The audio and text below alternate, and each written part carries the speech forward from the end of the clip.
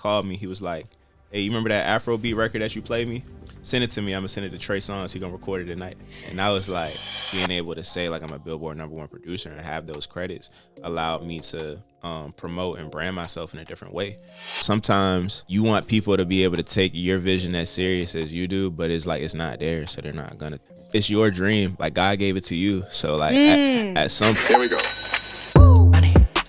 What's up, guys? This is Brianna Moore, your host of the Conversations Unearthed podcast, where y'all come for me, but you stay for the guests. Today, highly anticipated.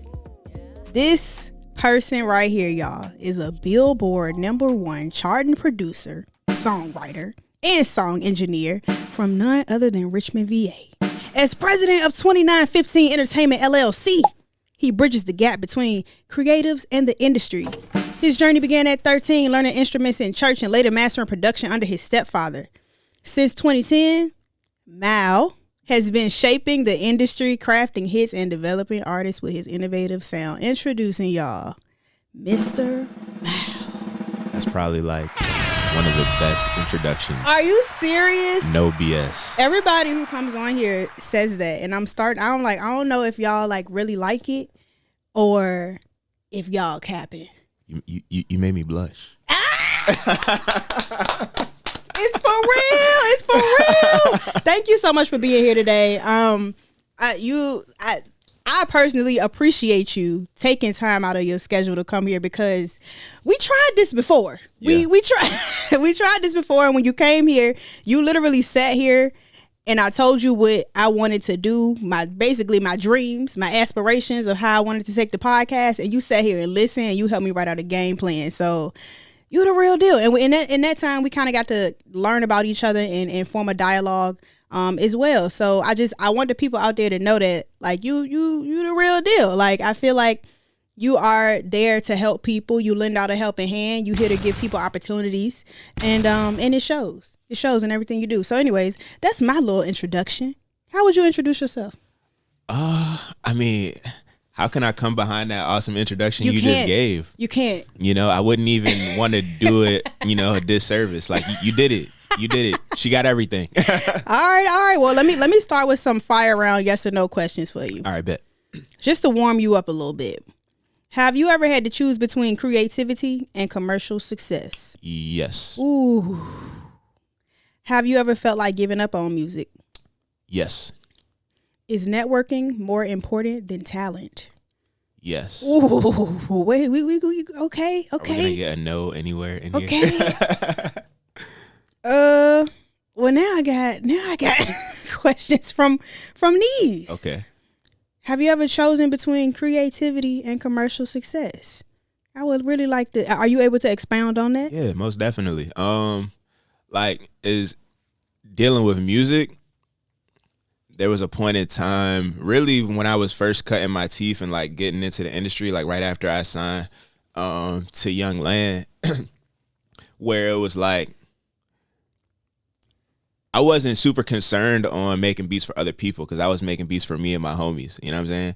And there's a difference between like making your own type beat versus like learning how to make a type beat for an artist. You know what I'm saying? And for me, that was an adjustment because it was like, I don't want to make beats just like somebody else. I want to be able to make the beats that I think are cool, and a little bit of a learning curve as well, just because a lot of the music or the artists that I was trying to produce for at the time, I didn't even listen to. But it was like, if you want to get these placements and you want to, grow and advance, you got to figure it out. So, yeah, that was like one of the things for me. It was like figuring out how to still be original and have my own sound and style without having to compromise, my creativity. But all in all, it's just a balancing act. I feel like the more you perfect your craft, and like specifically for producers, like the more you learn how to make different genres and like learn the rules of those different genres, then you can add your own sauce and creativity to it. But there's a certain formula or a certain recipe to make a certain type of thing. And it's very important to understand that base before you can go off and like experiment with other things. So okay. I understand that. And of course, this is a financial podcast, so we want to try to get into a little bit about the money. How do you make money as a musician and what you do? Because you pretty much produce, you create, you also have a podcast, which is a stream of income, and you bought another company. I know you have 804 The Culture and RVA Uncut. RVA Uncut. So you just kind of like a businessman. And I was looking at your website earlier, where it said that you were the vice president of a company and now you're the president of it. I think it was 2915. Yeah. So I'll give like a brief backstory on 2915. So I moved to Richmond in 2002. My stepdad, my mom got together. We ended up moving up here. 2915. I don't know how familiar you are with Northside Richmond. You know where that BP gas station is on the corner of Brooklyn Park and Chamberlain? Yes. Right behind that is it's crazy. I just posted today. You know the little hotel, the hotel that all the I don't know. Can I say prostitution? Yeah. No. It's not the red roof, isn't it? No, that's not the red roof. Okay. But anyway, yeah. The BP gas station is on the corner of Brooklyn Park and Chamberlain. Behind that are some red brick apartments. Okay. And that's where 2915 was.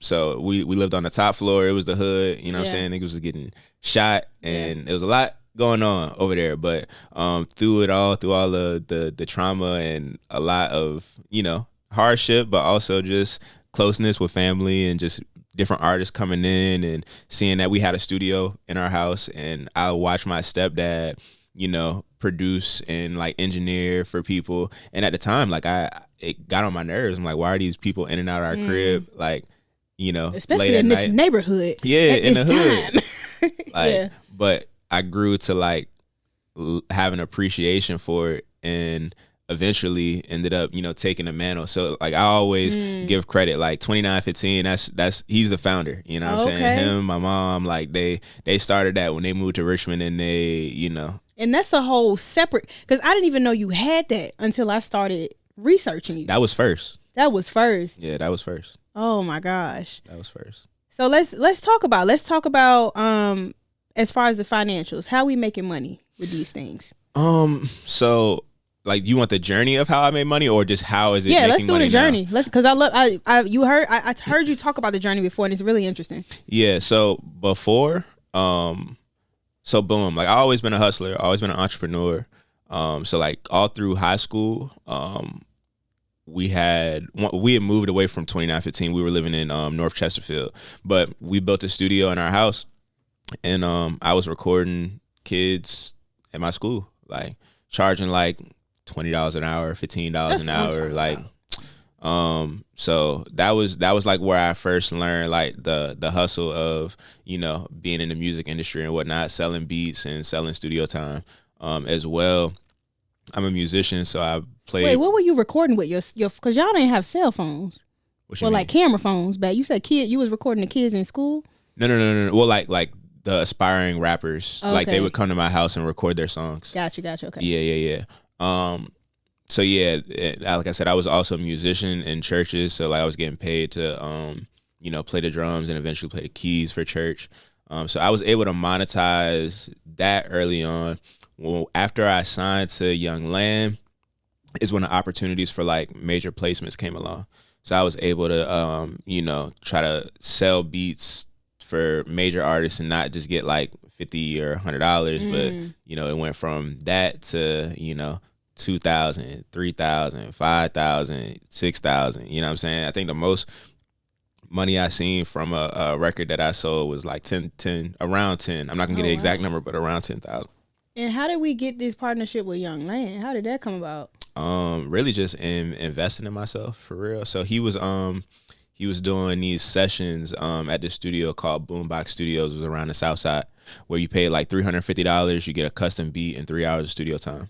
And me just being ambitious. Yeah. And like I'm from a small town. You said from Richmond, but I mean I've lived in Richmond for a while, so I rep Richmond, but I'm from a small town called King and Queen County. Oh man, okay.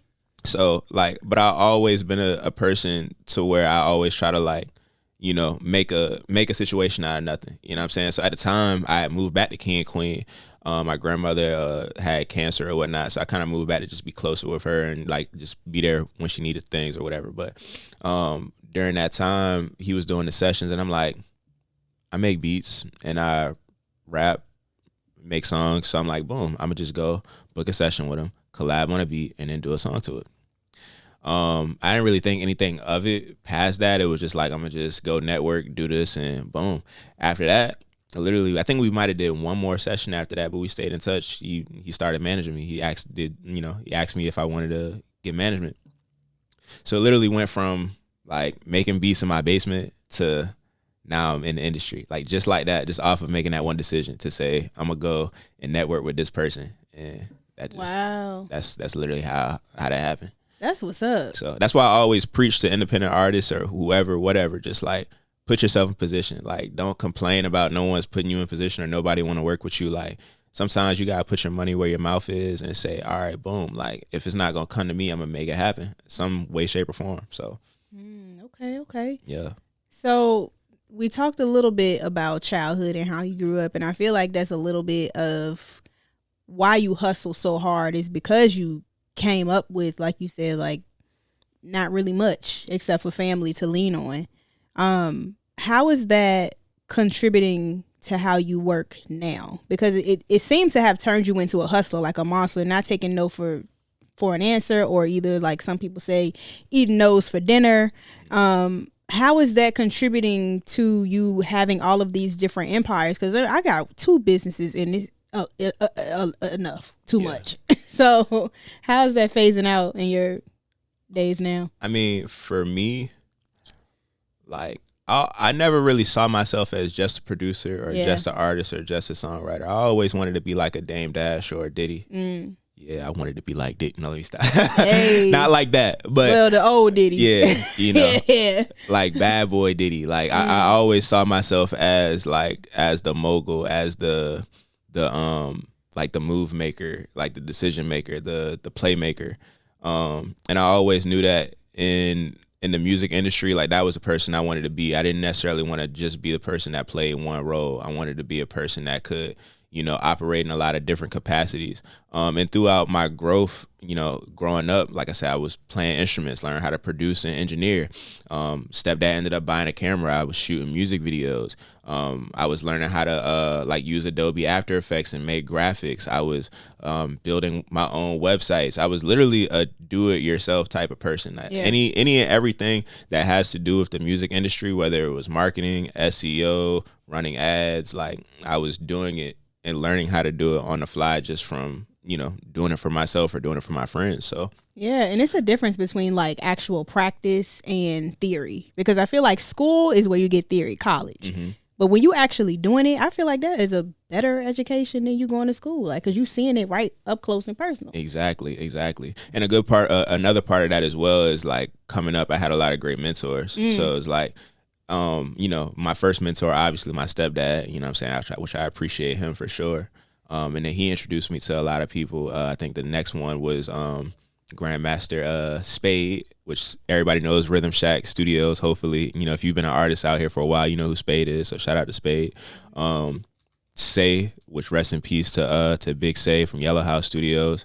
Like a lot of these like legends from this area, kind of I was able to observe how they moved and the things that they were doing and learn from, what they did. And as a young person, being able to absorb all of that and kind of learn how to move and maneuver through certain things.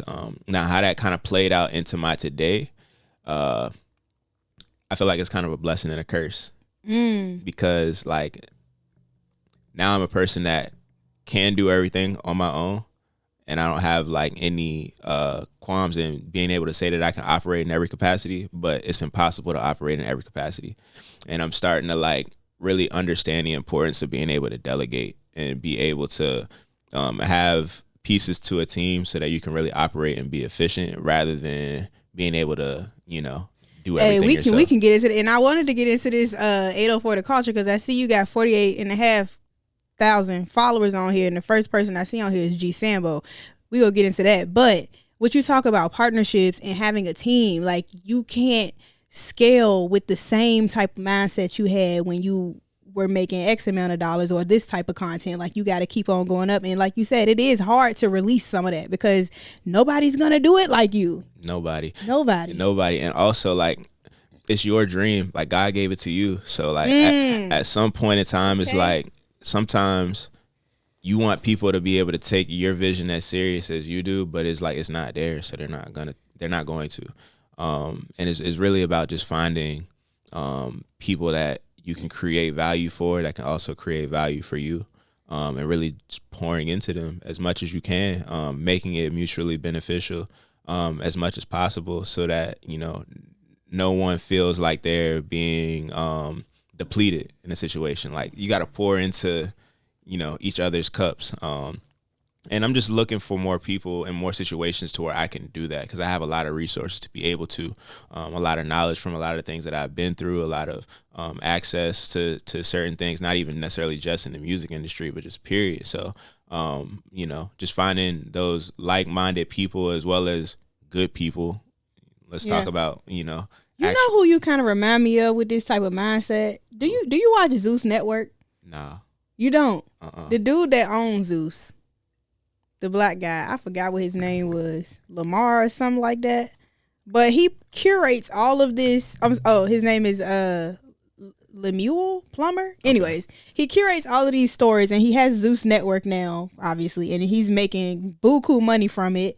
But he owns all of it. But you wouldn't really know he was running it because he don't really like to be in the limelight. He don't like to be in the spotlight. So I feel like you are one of those people, like, if you know, you know. Do you feel like that? Is that on purpose or?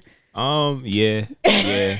So like, I don't really like go out and intentionally try to like promote myself as like, I do all this, that, and the third. Cause like, I didn't get into it for that necessarily. Like, I didn't get into it so people could like give me credit or give me praise. Like, I got into it because, like I said, I'm a playmaker. Like, and I like to operate as the coach. I want to be able to have, you know, that like sort the of puppet master kind of sort of, you know. So that's really why, or that's what drives me to like to do it. I don't do it for recognition. I also feel like people will like, if I were to be like posting myself all the time and do second and third, it would be like, oh, you only did this so you could promote yourself, or you only did this so you could, you know what I'm saying? And like, I never want to get that misconstrued, because that never has been my purpose. You know what I'm saying? Like, before I even own those platforms, like, I've been I don't want to say a public figure, but people know who I am. Like, I've been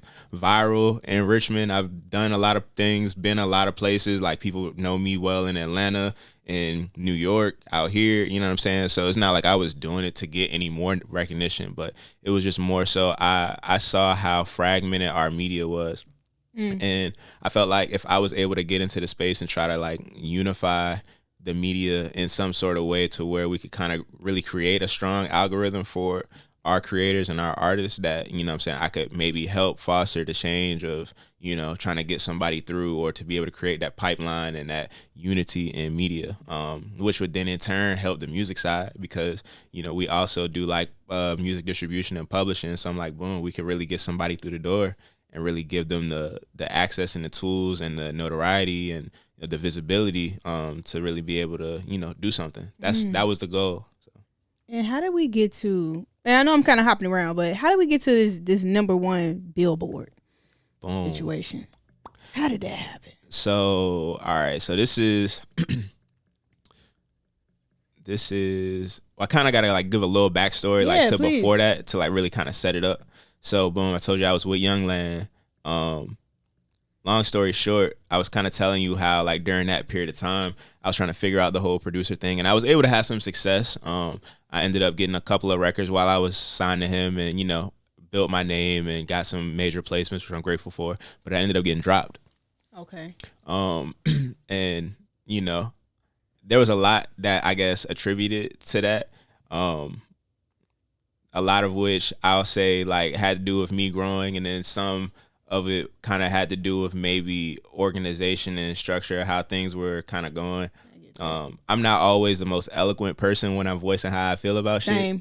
So I'm not diplomatic at all. I'm working on it. Yeah, I mean, I've become a lot more diplomatic now, only because I've realized how much sometimes like being like in the moment, kind of lashing out about something can end very badly.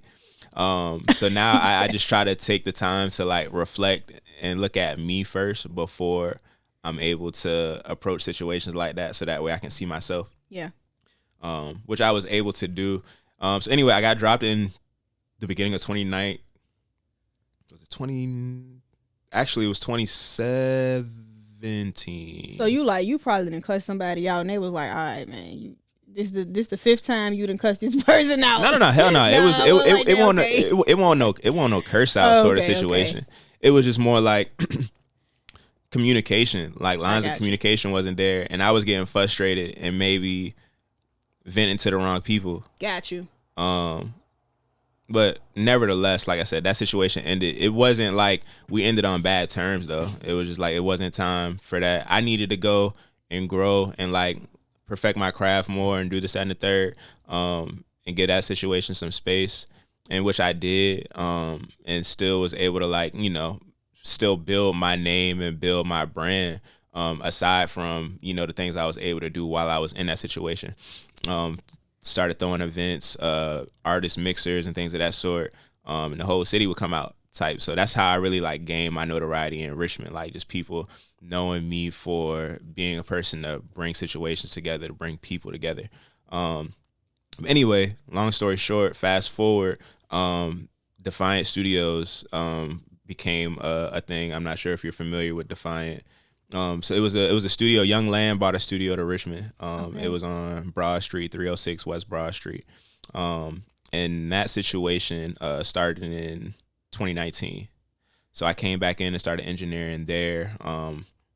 Really, I was kind of around from the inception. So like even when niggas was looking for buildings and trying to figure out where it was gonna be, like, you know, right there. Mm-hmm. And then that kind of branched off and grew into, you know, a great thing. We were able to help a lot of aspiring artists, a lot of aspiring engineers and producers really get their footing. I was able to get my 10,000 hours in, really perfect my craft, as well as to like teach up and coming people and aspiring people, or people who had no idea what went on in the studio or how I operated, to becoming professionals.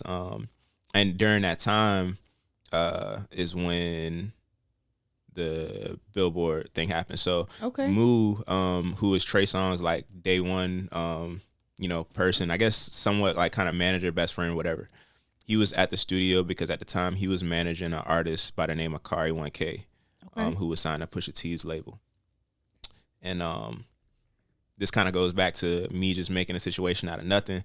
I think that day at the studio, I had already ran like 12 hours worth of sessions. I was there from like the morning, and it was about 12 o'clock that night, and I was ready to leave.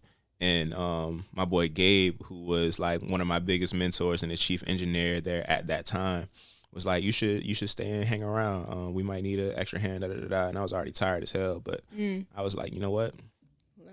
I'm gonna just stick it out.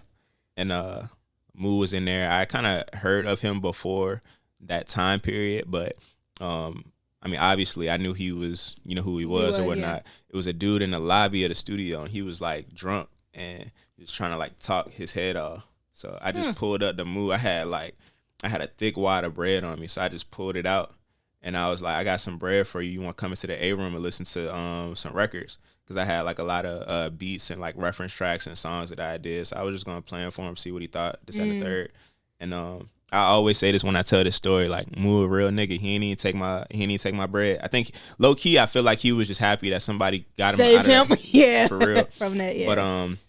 But yeah, I played him some records, and one of which was a song. It was an Afrobeat song that I did called "Sleepless Nights," that I wrote. I was dealing with somebody at the time, and it kind of just inspired that record. It says, nights like these make me wish I never fell in love with you. Ooh. And it literally, like, I recorded that record, and I had been playing that shit over and over and over. I'm like, this is the one. So that was like the first record that I played. And yeah. So are you like singing on the record too, or you just okay? Yeah, it's like it's like an Afrobeat type record. I gotta check it out. Okay. So yeah, played him that record and a couple of other records. He was fucking with him. Got my information. And then like 2 weeks later, he called me. He was like, "Hey, you remember that Afrobeat record that you played me?" He said, "Send it to me. I'm gonna send it to Trey Songz. He gonna record it tonight." And I was like, like the whole time I'm just like, where was you at when you got this call? Like, you wanna know where I was at? I want to know where you at. I was in my grandma's basement, the same basement I was making beats in before I got signed. When I got that call. What a full circle moment. Crazy. And for you to have gotten dropped. So something that seemingly would feel like a negative thing. Yeah. It's almost like you had to leave that cocoon in order to, you know what I'm saying, start to fly. Nah, definitely. And everything is coming into place. Like, dang, that's for you. That was for you. For real. And it was a blessing for real. Like a lot of the stories in my life and a lot of the things that happen, I always say like I could have never ordained it myself. It was all God and God's timing. And even me, like I said, I'm a playmaker. I like to try to make situations happen. So like I even kind of move with that mentality sometimes. But it's like even when I try my hardest, sometimes shit don't even work out. But it's really God playing the orchestrator, playing maestro. And just sometimes it's important to just relax and just let him do his job, do his thing, you know what I'm saying? Yeah. And everything falls into place. Like there's no way I could have like made that happen. That was literally just God's orchestration and God's divine timing for that to happen. But yeah, that was a blessing. That was a great moment for me in my career. What song was it? The song is called Sleepless Nights. It's track 14 on the Back Home album. Oh, okay. Featuring Davido, which Davido's like the biggest Afrobeat artist. Like, yeah, his dad's like a billionaire. Yeah, in Africa.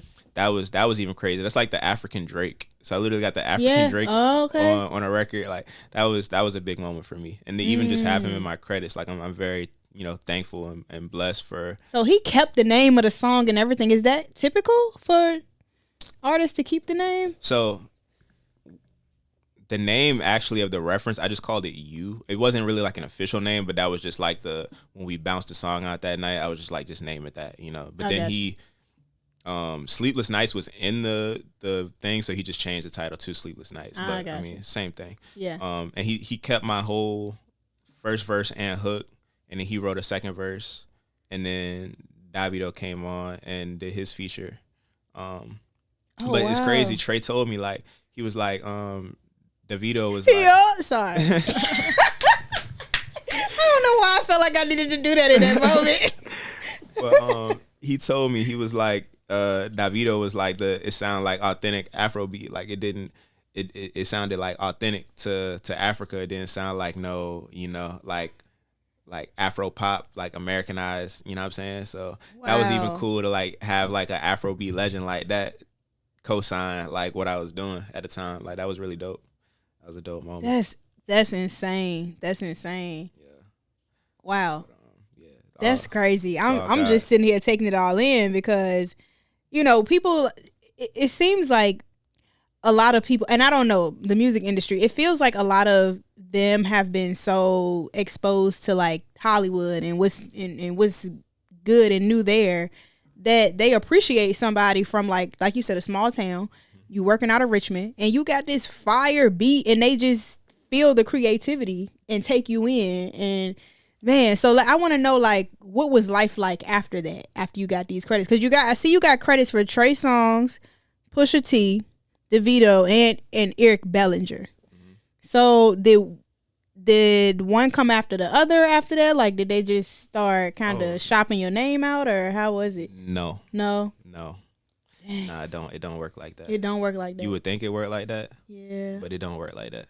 Okay. You get one and then it's a little period of time and you still got to keep grinding. It's not like you get one and then all of a sudden they just start coming, I got you. I mean, unless you get like a big one, like for what it's worth, like I'm very grateful for that moment and to be, a part of such an instrumental album. I feel like for Virginia culture, because it was back home, Yeah. But the reality of the situation, like it was track 14.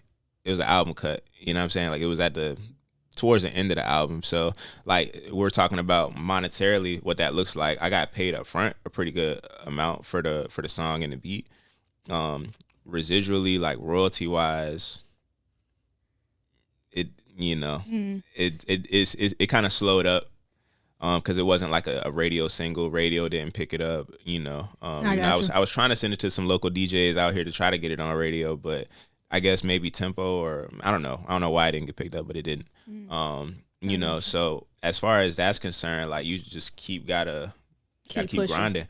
But also as well, like being able to say like I'm a Billboard #1 producer and have those credits allowed me to promote and brand myself in a different way, which is why like I said, I'm gonna look at everything and I'm gonna make it work for me.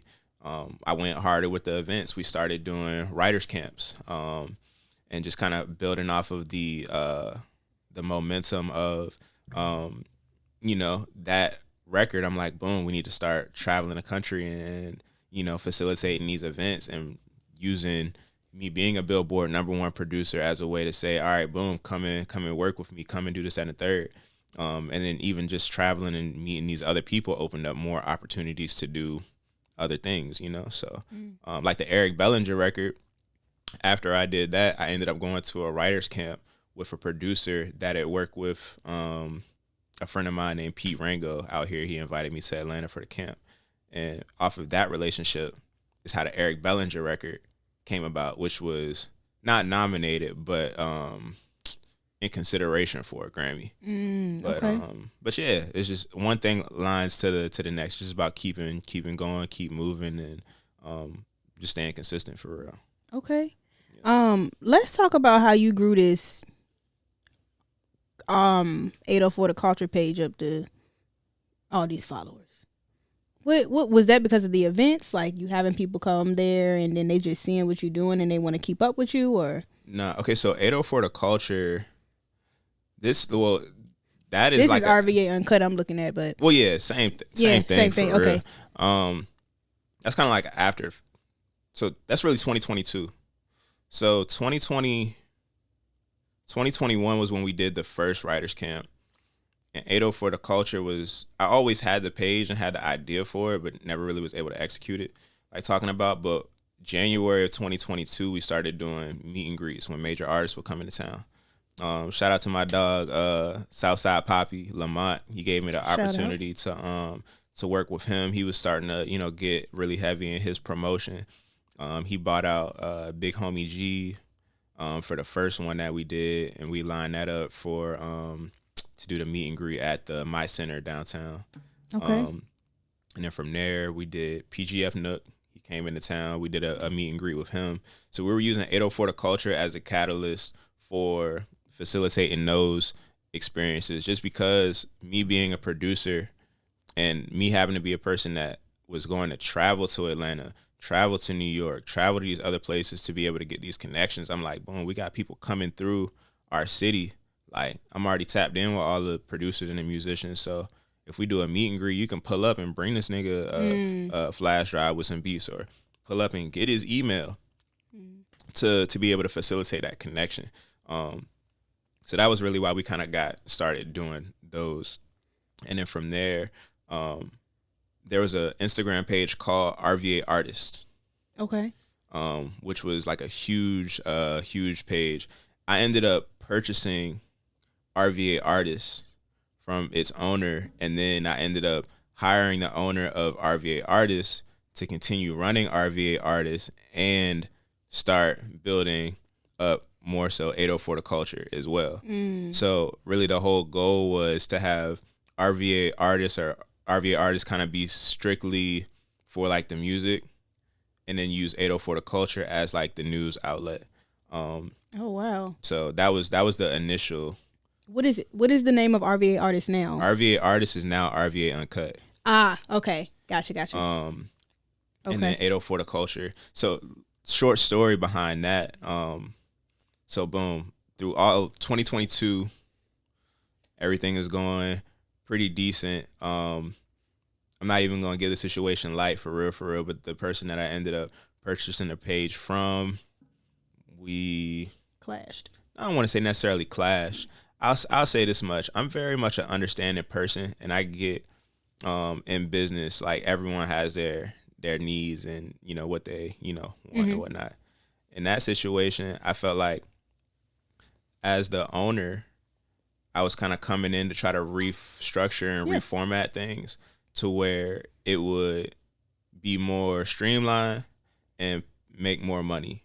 And I guess... And you have experience doing it. Yeah. So with that being said, I think it was more so a situation of like the previous owner kind of having like a set way of maybe how he wanted or thought things should go. And he ended up starting his own platform and doing his own thing, which, shout out to him. Gotcha. More, no love lost or whatnot. But so we kind of ended up transitioning. But at the beginning of 2023, RVA Artist was at about 45,000 followers. And that page had got reported and taken down permanently. So what a coincidence. Yeah. And it was just because of some of the content that was getting posted on that page. Oh, wow. That was kind of like one of the other things, too, that we were kind of going back and forth on. It was just like certain content, if you get flagged like 13 or 14 times on Instagram, it's just, you're done. And that ended up being the case with that page. So we ended up literally having to acquire another brand and start over from scratch, building and getting Richmond back to that page and building the notoriety again. But we're able to do that. Wow. And now it's kind of where it's at today. We're still not in our final form. Like I said, I really would like to build out more of a team around these two platforms and use them to help businesses leverage their, or find their community, find their audience, and leverage our reach to be able to help them do that. Yeah. But yeah. Yeah, I see you got some advertisement packages up here. So y'all definitely tap in with that. Most definitely. This has been amazing. I know I don't want to take up too much of your time. But the way we usually end this off is we say, if we reading a book, what book that is. If not, it's cool. And your favorite quote. I actually just met with I met with my tax specialist, and I'm going through something similar what you were talking about with your partnership. Well, it wasn't a partnership because you were the owner, but he said the things to avoid, 2 types of ships. I forgot what the first ship was. I think he might have said a spaceship, and the other ship he said to avoid was a partnership. And so that's my quote in the book that I'm reading. Actually, I'm not reading the book right now. I've been watching a lot of news lately. So yeah, that's me. What you got? A book I just finished is How to Create a Story Brand by Donald Miller. Ooh. It's a good one for narrative building. Like, since I do marketing and like helping people align their narratives on social media, it was a good read as far as to how to adequately express people's narratives and what they want their business or their brand to represent in a way that's not too convoluted. And a quote, I'm gonna just say my favorite scripture. So it's Micah 6:8, fitting because that's my government. Okay. But is act justly, live holy, and love mercy. And walk humbly with your God. So it's basically just saying, to act just, try to give people the benefit of the doubt, try to live as holy as you can, do right by people, give people mercy, show them grace when you can, and be humble. Not to say you have to always dim yourself down, which is something that I'm kind of working on as well, like learning how to pop my shit more. But just being able to always give credit to the Most High, because nothing is possible without him. And to just, always try to strive to be a better person and create better opportunity for the people coming behind you. So I love it. Okay, cool. Well, thank you so much for stopping by. We understand here time is our biggest asset. I appreciate you for sharing some of your time currency with me. Make sure to like, comment, and subscribe. Tell a friend and tell a friend. Peace, blessings, love, and good night. It's a wrap. Awesome. It's a wrap. It's lit.